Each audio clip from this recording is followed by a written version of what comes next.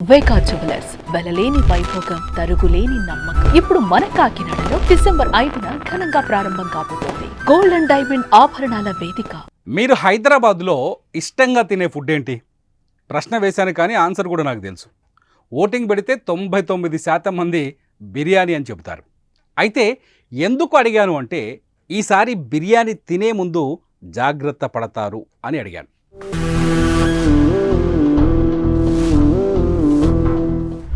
ఈ స్టోరీలో నేను చెప్పబోయే అంశాలను చూపించబోయే దృశ్యాలను చూస్తే హైదరాబాద్ బిర్యానీ సంగతి దేవుడెరుగు. మీరు అసలు బయట తినాలంటేనే భయపడిపోతారు. తాజాగా నేషనల్ క్రైమ్ రికార్డ్స్ బ్యూరో నిర్వహించిన ఫుడ్ క్వాలిటీ ఇండెక్స్లో మన హైదరాబాద్ చివరి స్థానంలో ఉంది. దేశ విదేశాలకే బిర్యానీ టేస్ట్ చూపించిన హైదరాబాద్ ఇంత నీచమైన స్థాయికి పడిపోయిందా అంటే అవును, 19 నగరాల్లో లాస్ట్ ర్యాంక్ మనదే.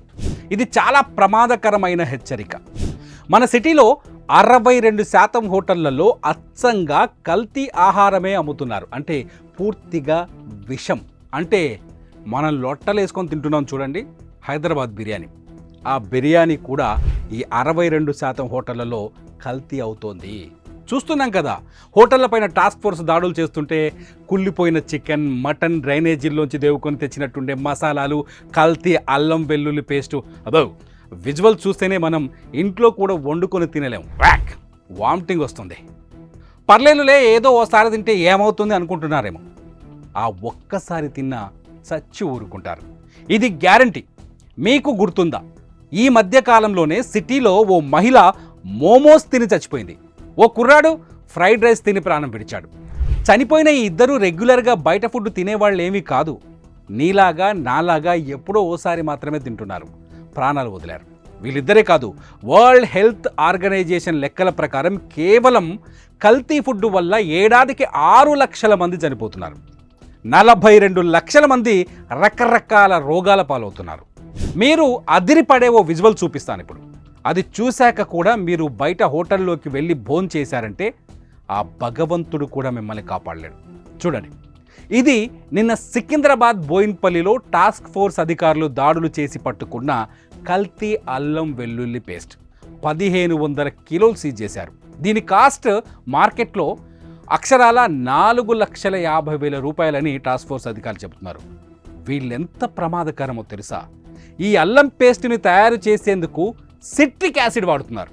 40 కిలోల కుళ్ళిన అల్లం వెల్లుల్లి, 55 కిలోల సిట్రిక్ యాసిడ్ని సీజ్ చేశారు. మార్కెట్లో దొరికే అల్లం డబ్బాలన్నీ ఇక్కడి నుంచే తయారవుతున్నాయి. ఆశ్చర్యపోకండి, ఇది నిజం.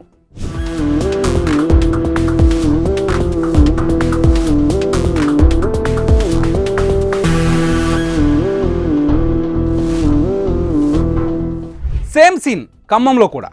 ఈ మధ్య ఖమ్మంలో కూడా ఫుడ్ సేఫ్టీ అధికారులు దాడులు చేస్తుంటే అక్కడి హోటళ్లలోని బాగోతాలు బయట పడుతూనే ఉన్నాయి, మనం చూస్తూనే ఉన్నాం. చూడండి, 960 కిలోల అల్లం పేస్ట్ని పట్టుకున్నారు నిన్న. సోనీ బ్రాండ్తో వీటిని డబ్బాల్లో నింపి మార్కెట్లో విక్రయిస్తున్నారు. అత్యంత తక్కువ ధరకు చిన్న చిన్న షాపులకు కూడా అమ్ముతుంటారు. మనం ఏదో కిరాణా కొట్టుకెళ్ళి అల్లం వెల్లుల్లి పేస్ట్ అడిగితే 10 రూపాయలకే ఈ డబ్బాను మన చేతుల్లో పెడతారు. తెచ్చి మనం వంటల్లో పడేస్తాం. తిన్నామా? అంతే సంగతులు. దీనికి హైదరాబాద్ బిర్యానీకి లింక్ ఏంటి అని మీరు అడగొచ్చు. గుర్తు చేసుకోండి, హైదరాబాద్ లేదంటే ఖమ్మం లేదంటే కరీంనగర్, ఇలా అన్ని నగరాల్లో ఉన్న హోటళ్లకు ఇలాంటి కల్తీ అల్లం వెల్లుల్లి పేస్టే వెళ్తోంది. సిట్రిక్ యాసిడ్, కుళ్ళిన వెల్లుల్లి లేదంటే పాడైపోయిన ఉల్లిపాయ, కొన్ని చోట్లయితే అరటి చెట్ల తోపు ఉంటుంది కదా, ఆ తోపును పేస్ట్ చేసి ఇందులో కలుపుతున్నారు. ఇది నిజం. వాసన చూస్తే కడుపు దేవుతుంది.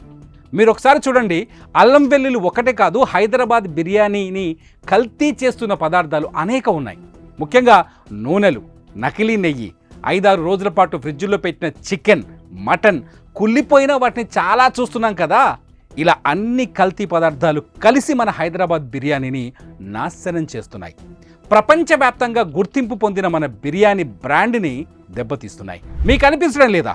హైదరాబాద్ బిర్యానీ అంటే మన ఇండియాలోనే ఫేమస్. అలాంటి బిర్యానీకి చెడ్డ పేరు వచ్చిందంటే మనం ఎంత ప్రమాదకర స్థితిలో ఉన్నామో ఒక్కసారి ఆలోచించండి. కుళ్ళిపోయిన అల్లం గురించే మళ్ళీ చెబుతా. ఇప్పుడు ఫుడ్ సేఫ్టీ అధికారులు పట్టుకున్న అల్లం పేస్ట్ను వేసిన వంటలు తింటే ఏమవుతుందో తెలుసా? చర్మం పైన అలర్జీలు, దద్దుర్లు వస్తాయి, వాంతులు, విరేచనాలు, అనుకోని జ్వరాలు వస్తాయి, లివర్ లేదంటే కిడ్నీలు పాడైపోతాయి. ఎందుకంటే ఇందులో సిట్రిక్ యాసిడ్ లాంటి రసాయనాలు కూడా కలుపుతున్నారు. అజీర్తి సమస్యలు వస్తాయి. ఇదంతా పక్కన పెట్టు, ఇదే ఫుడ్ని ఎక్కువగా తిన్నవారికి క్యాన్సర్ వచ్చే ప్రమాదం ఉంది. అది ప్రాణాలు తీస్తుంది.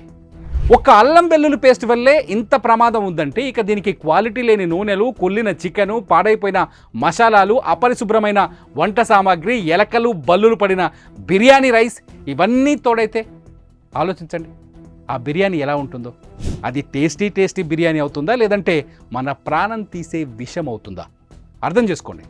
ఒక్క హైదరాబాదులోనే 62% హోటళ్లలో కల్తీ ఆహారం అమ్ముతున్నారంటే ఇక రోడ్ సైడ్ ఫుడ్ కోర్టుల్లో దొరికే ఆహారం సంగతి ఏంటి చెప్పండి.